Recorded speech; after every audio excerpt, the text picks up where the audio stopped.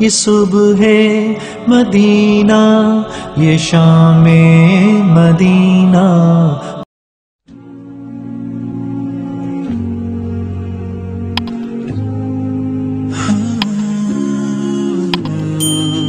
بسم اللہ الرحمن الرحیم۔ السلام علیکم ورحمۃ اللہ وبرکاتہ۔ ان اللہ وملائکتہ یصلون علی النبی یا ایہا الذین آمنوا صلوا علیہ وسلموا تسلیما۔ بے شک اللہ اور اس کے فرشتے نبی پر درود بھیجتے ہیں، اے ایمان والوں تم بھی ان پر درود اور خوب سلام بھیجا کرو۔ اللہم صلی علی محمد وعلی آل محمد کما صلیت علی ابراہیم وعلی آل ابراہیم انک حمید مجید۔ اللہم بارک علی محمد وعلی آل محمد کما بارکت علی ابراہیم وعلی آل ابراہیم انک حمید مجید۔ دعائے شافی کی نئی ویڈیو کے ساتھ حاضر ہیں۔ آج کی اس ویڈیو میں ہم بات کریں گے سعودی عرب کے ایک ایسے شہر کی جس کا نام سنتے ہی ہر مسلمان کے دل کی دھڑکنیں فرت محبت اور فرت مسرت سے تیز ہو جاتی ہیں۔ جی ہاں، ہم بات کر رہے ہیں مدینہ منورہ کی۔ آج کی اس ویڈیو میں ہم آپ کو مدینہ منورہ دکھائیں گے بھی اور اس شہر عظیم کے بارے میں آپ کو ایسی باتیں بتائیں گے جنہیں سن کر ہر مسلمان کا ایمان تازہ ہو جائے۔ تو چلیے چلتے ہیں مدینہ منورہ۔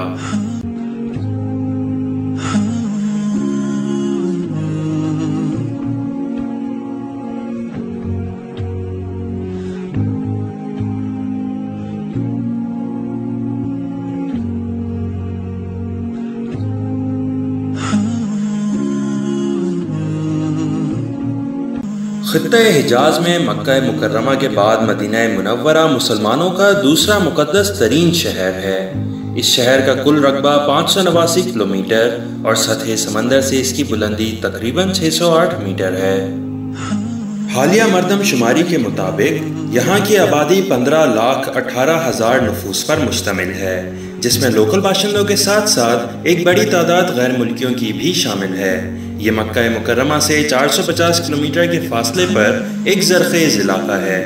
مکہ کی طرح یہ شہر بھی حرمت والا شہر ہے اور یہاں غیر مسلموں کے داخلے پر پابندی ہے۔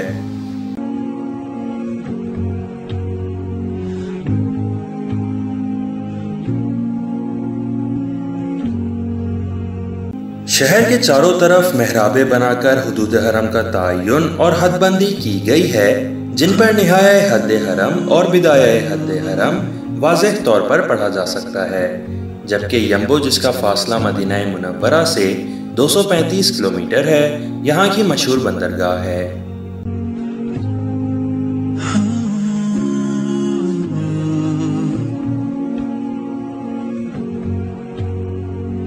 ہجرت سے قبل مدینہ منورہ یثرب کے نام سے جانا جاتا تھا۔ یثرب کی آب و ہوا اچھی نہ تھی اور یہ شہر قسم قسم کی بیماریوں اور وباؤں کی آماج گاہ بنا رہتا تھا۔ ہجرت کے بعد بہت سے صحابہ کرام رضی اللہ اجمعین یہاں آ کر بیمار ہو گئے۔ حالت بیماری میں وہ اپنے وطن مکہ کو یاد کر کے دل چیر دینے والے اشعار پڑھا کرتے تھے۔ اس صورتحال کو دیکھ کر اللہ کے پیارے رسول صلی اللہ علیہ وسلم نہایت مغموم ہوئے اور اس موقع پر اللہ کے رسول صلی اللہ علیہ وسلم نے اللہ تعالیٰ سے دعا کی، اے اللہ مدینہ کو ہمارے لیے مکہ سے زیادہ محبوب بنا دے، اس کے سا اور مد میں برکت عطا فرما اور اس کی بیماری کو جحفہ منتقل کر دے۔ دعا قبول ہوئی۔ اس دعا کے بعد یہ شہر وباؤں سے پاک صاف اور یہاں کی آب و ہوا صحت بخش ہو گئی۔ وہ صحابہ کرام رضی اللہ اجمعین جو مکہ کو یاد کر کے خون کے آنسو رلا دینے والے اشعار پڑھا کرتے تھے، اب مدینہ منورہ کے ایسے عاشق اور گرویدہ ہوئے کہ دوبارہ کبھی بھول کے بھی مکہ کی سکونت کا نام نہ لیا۔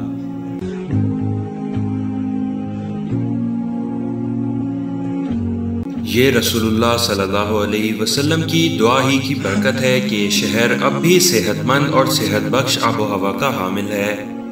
یہی وجہ ہے کہ عالمی ادارہ صحت نے بھی اپنی حالیہ رپورٹ میں اس بات کو تسلیم کیا ہے کہ مدینہ منورہ صحت مند ترین معیار کے لیے درکار عالمی معیارات پر پورا اترتا ہے اور دنیا کے صحت مند ترین شہروں میں سے ایک شہر ہے۔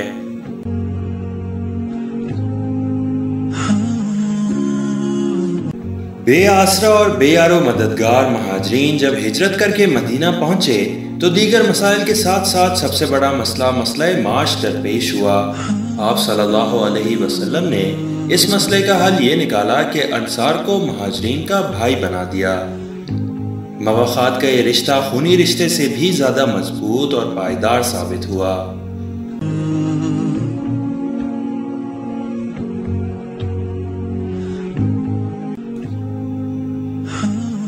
انصار مدینہ کا ذریعہ معاش زراعت تھا جبکہ مہاجرین تجارت پیشہ تھے۔ دونوں کی صلاحیتوں نے معاشرے میں خوشحالی پیدا کی اور باہم محبت و الفت کا یہ رشتہ معاشی برکت کا سبب بن گیا۔ ہجرت کے بعد یثرب کی قسمت بدل گئی اور یثرب مدینہ منورہ کہلایا جانے لگا۔ قرآن حکیم میں یثرب اور مدینہ دونوں نام آئے ہیں، تاہم رسول اللہ صلی اللہ علیہ وسلم نے اب اسے یثرب کہنے سے منع فرمایا ہے۔ یہ اب مدینہ منورہ ہے، یہ مدینہ طیبہ ہے، یہ مدینہ النبی صلی اللہ علیہ وسلم ہے۔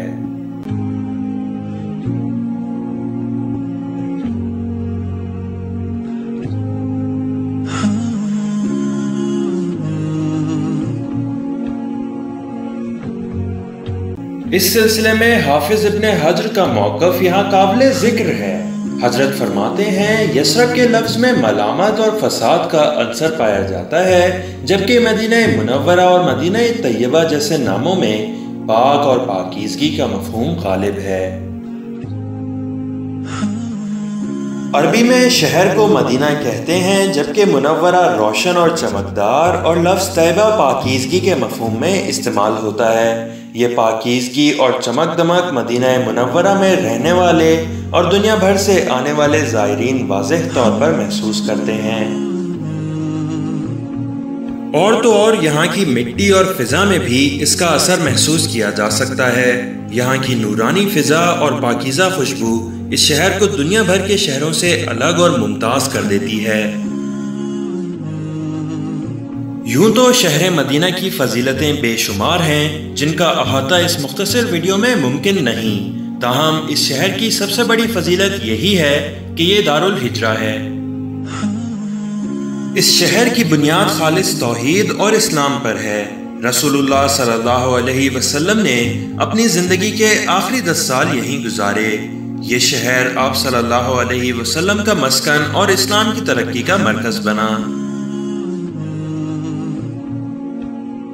سب سے بڑھ کر یہ کہ یہی وہ شہر ہے جو آپ صلی اللہ علیہ وسلم کی آخری آرام گاہ ہے، جبکہ یار غار سیدنا ابو بکر صدیق اور فاروق اعظم حضرت عمر بن خطاب رضی اللہ تعالی عنہم کی آخری آرام گاہ ہونے کا شرف بھی اسی شہر کو حاصل ہے۔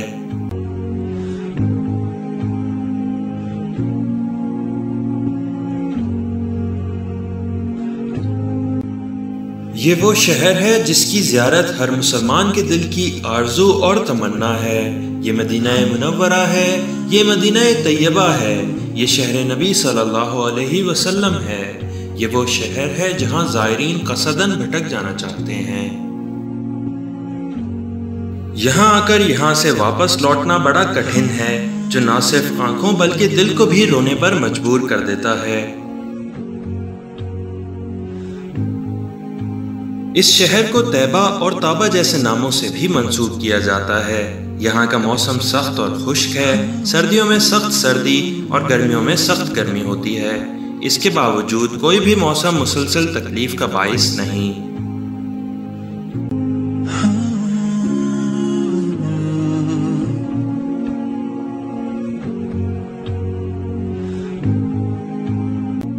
کھجور یہاں کی خاص پیداوار ہے۔ اجوا اور صفاوی یہاں کی مشہور کھجوریں ہیں جو دنیا بھر میں بے حد پسند کی جاتی ہیں۔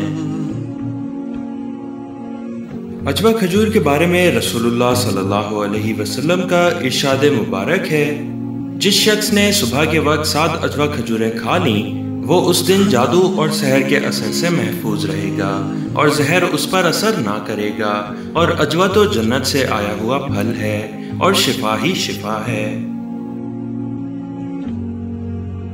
ہجرت سے قبل یہاں کے لوگوں کا ذریعہ معاش زراعت تھا۔ آج بھی یہاں کی معیشت کا زیادہ تر دار و مدار زراعت اور حج اور عمرے پر آئے ہوئے زائرین سے حاصل ہونے والے زر مبادلہ پر ہے۔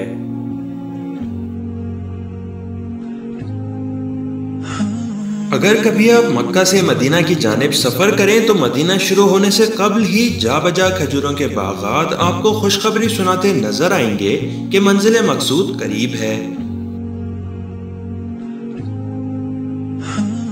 اسی طرح شہر میں بھی جا بجا کھجوروں کے گھنے باغات اور درخت دیکھے جا سکتے ہیں۔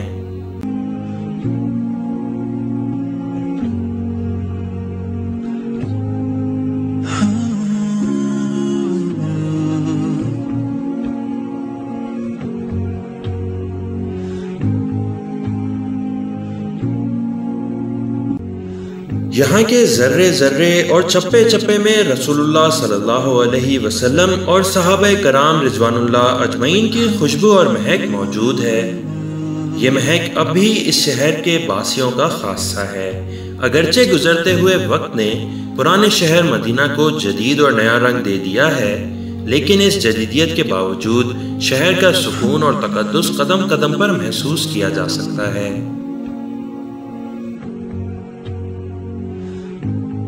مٹی کے کچے گھروں کی جگہ اب سیمنٹ اور سنگ مرمر سے بنے جدید اور خوبصورت گھر نظر آتے ہیں۔ اسی طرح 1400 سال قبل جو سفر پیدل اور اونٹوں پر ہفتوں اور مہینوں میں طے ہوتا تھا، وہ اب رنگ برنگی مہنگی گاڑیوں میں صرف چند گھنٹوں کا محتاج رہ گیا ہے۔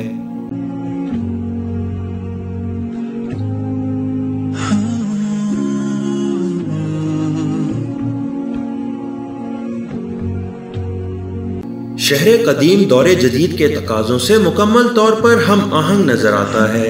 لوگوں کو دور جدید کی تمام سہولیات میسر ہیں اور رہن سہن پرتعیش ہے۔ اس کے باوجود ان کے مزاج میں نرمی، خلق اور مہمان نوازی پائی جاتی ہے۔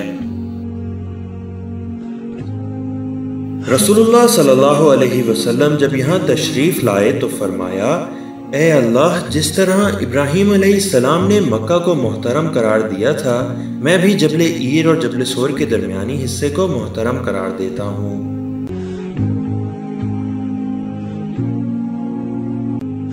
جبل عیر مدینہ منورہ میں احد کے بعد دوسرا سب سے بڑا پہاڑ ہے۔ اگر کبھی آپ مدینہ سے مکہ یا مکہ سے مدینہ کی جانب سفر کریں تو بآسانی جبل عیر کو ملاحظہ کر سکتے ہیں۔ آپ صلی اللہ علیہ وسلم نے مدینہ کی پیمائش کے پیمانوں یعنی سا اور مد میں بھی برکت کی دعا فرمائی تھی۔ یہ اسی دعا کی برکت ہے کہ یہاں بے موسم کے پھل، سبزیاں، اناج اور کھانے پینے کی تمام اشیاء وافر مقدار میں سال بھر دستیاب رہتی ہیں۔ سبحان اللہ۔ مسجد نبوی دنیا بھر کے مسلمانوں کا دوسرا مقدس ترین مقام اور مدینہ منورہ کی اہمیت اور فضیلت کی سب سے بڑی وجہ ہے۔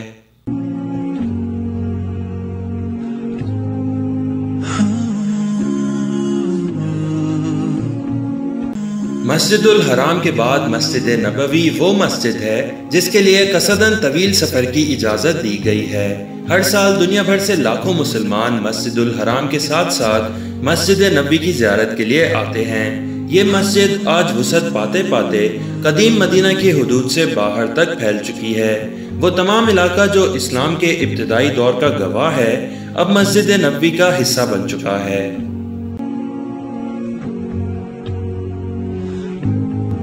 خادمین حرمین شریفین نے مسجد النبوی کی توسیع اور تعمیر اور تزئین و آرائش پر بے مثل کام کیا ہے۔ مسجد کی آرائش و زیبائش دیکھ کر عقل دنگ اور آنکھیں خیرہ ہو جاتی ہیں۔ خاص طور سے رات کے وقت مسجد کے خوبصورت میناروں سے چھنتی ہوئی روشنیاں اور گنبد خضرا دیکھنے والوں پر سحر سے طاری کر دیتے ہیں۔ اسی مسجد میں وہ جگہ بھی ہے جسے رسول اللہ صلی اللہ علیہ وسلم نے جنت کے باغوں میں سے ایک باغ قرار دیا ہے اور اسے ریاض الجنہ کے نام سے جانا جاتا ہے۔ مسجد میں سبز رنگ کے قالین بچھا کر اس جگہ کو نمایاں کر دیا گیا ہے۔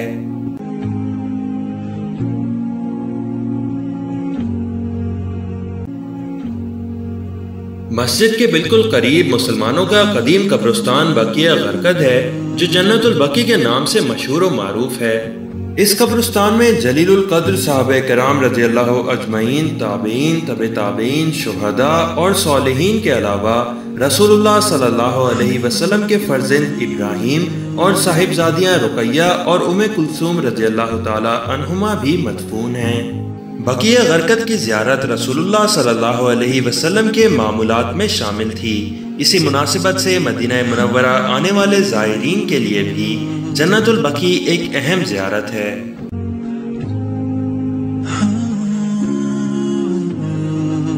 مسجد نبوی کے صحن میں اگر دائیں طرف بقیع اور بائیں طرف گنبد خضرا ہو اور سامنے کی طرف نظر ڈالی جائے تو تقریباً 4 کلومیٹر کے فاصلے پر ایک بڑا پہاڑ نظر آتا ہے جسے جبل احد کے نام سے جانا جاتا ہے۔ یہ پہاڑ بھی مدینہ کے اہم مقامات میں سے ایک اہم مقام ہے۔ اس کی لمبائی تقریباً 7 کلومیٹر اور چوڑائی 1 سے 3 کلومیٹر پر محیط ہے۔ فرمان رسول صلی اللہ علیہ وسلم ہے کہ احد ہم سے اور ہم اس سے محبت رکھتے ہیں۔ مشہور غزوہ احد اسی پہاڑ کے دامن میں لڑی گئی اور اسی بنا پر غزوہ احد کے نام سے معروف ہوئی۔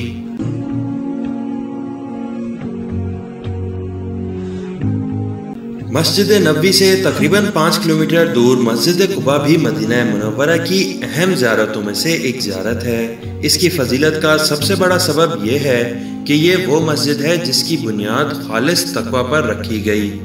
اس مسجد کی عظمت کے کیا کہنے جس کی بنیاد خود خاتم النبیین صلی اللہ علیہ وسلم نے اپنے ہاتھوں سے رکھی اور قرآن کی روح سے سابقون الاولون کہلائے جانے والے انصار و مہاجرین اس کے معمار بنے۔ رات کے وقت اس مسجد کے میناروں کی روشنیاں ایک پاکیزہ اور مقدس انوار رحمت کا تاثر بکھیرتی محسوس ہوتی ہیں۔ مسجد کی فضیلت کا اندازہ اس حدیث مبارکہ سے بخوبی لگایا جا سکتا ہے جس میں رسول اللہ صلی اللہ علیہ وسلم نے ارشاد فرمایا، جو شخص اپنے گھر سے وضو کر کے مسجد قباء آئے اور یہاں نماز پڑھے اس کے لیے ایک عمرے کا ثواب ہے۔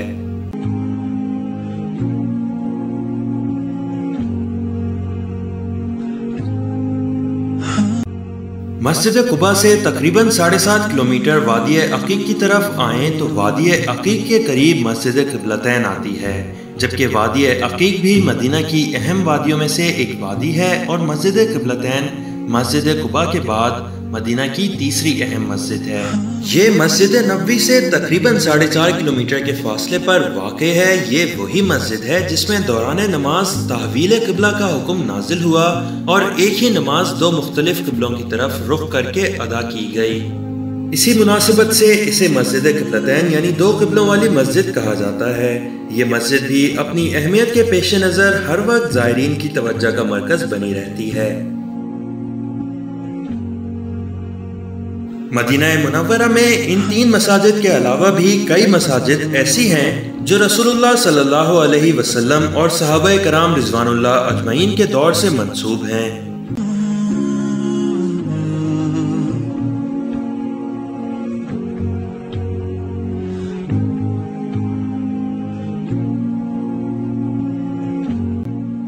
یہ شہر بلا مبالغہ مدارس اور مساجد کا شہر ہے جہاں تقریباً ہر 2 کلومیٹر کے فاصلے پر مدرسہ یا مسجد دیکھی جا سکتی ہے، جبکہ بڑے بڑے شاپنگ سینٹرز، آفیسز، پارکس اور تفریحی مقامات پر بھی ادائیگی نماز کے لیے مردوں کے ساتھ ساتھ خواتین کے لیے بھی علیحدہ جگہیں مختص کی گئی ہیں۔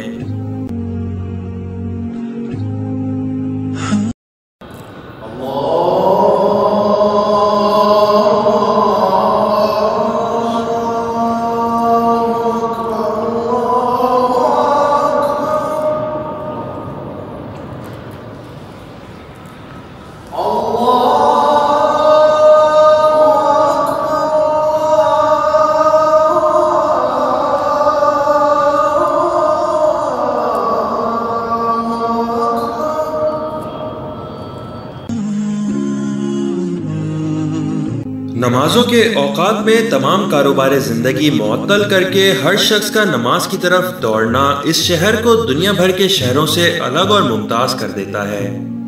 یہ ایک ایسا شاندار اور ایمان افروز عمل ہے جسے دیکھ کر کوئی بھی شخص متاثر ہوئے بغیر نہیں رہ سکتا۔ اللہ تعالیٰ سے دعا ہے کہ اللہ کریم ہر مسلمان کو یہاں کی زیارت سے فیضیاب کرے، آمین۔ اسی بات پر آج کی ویڈیو کا اختتام کرتے ہیں۔ دعائے شافی کا یہ سلسلہ جاری ہے۔ ملتے ہیں کسی نئی ویڈیو کے ساتھ، تب تک کے لیے اللہ نگہبان۔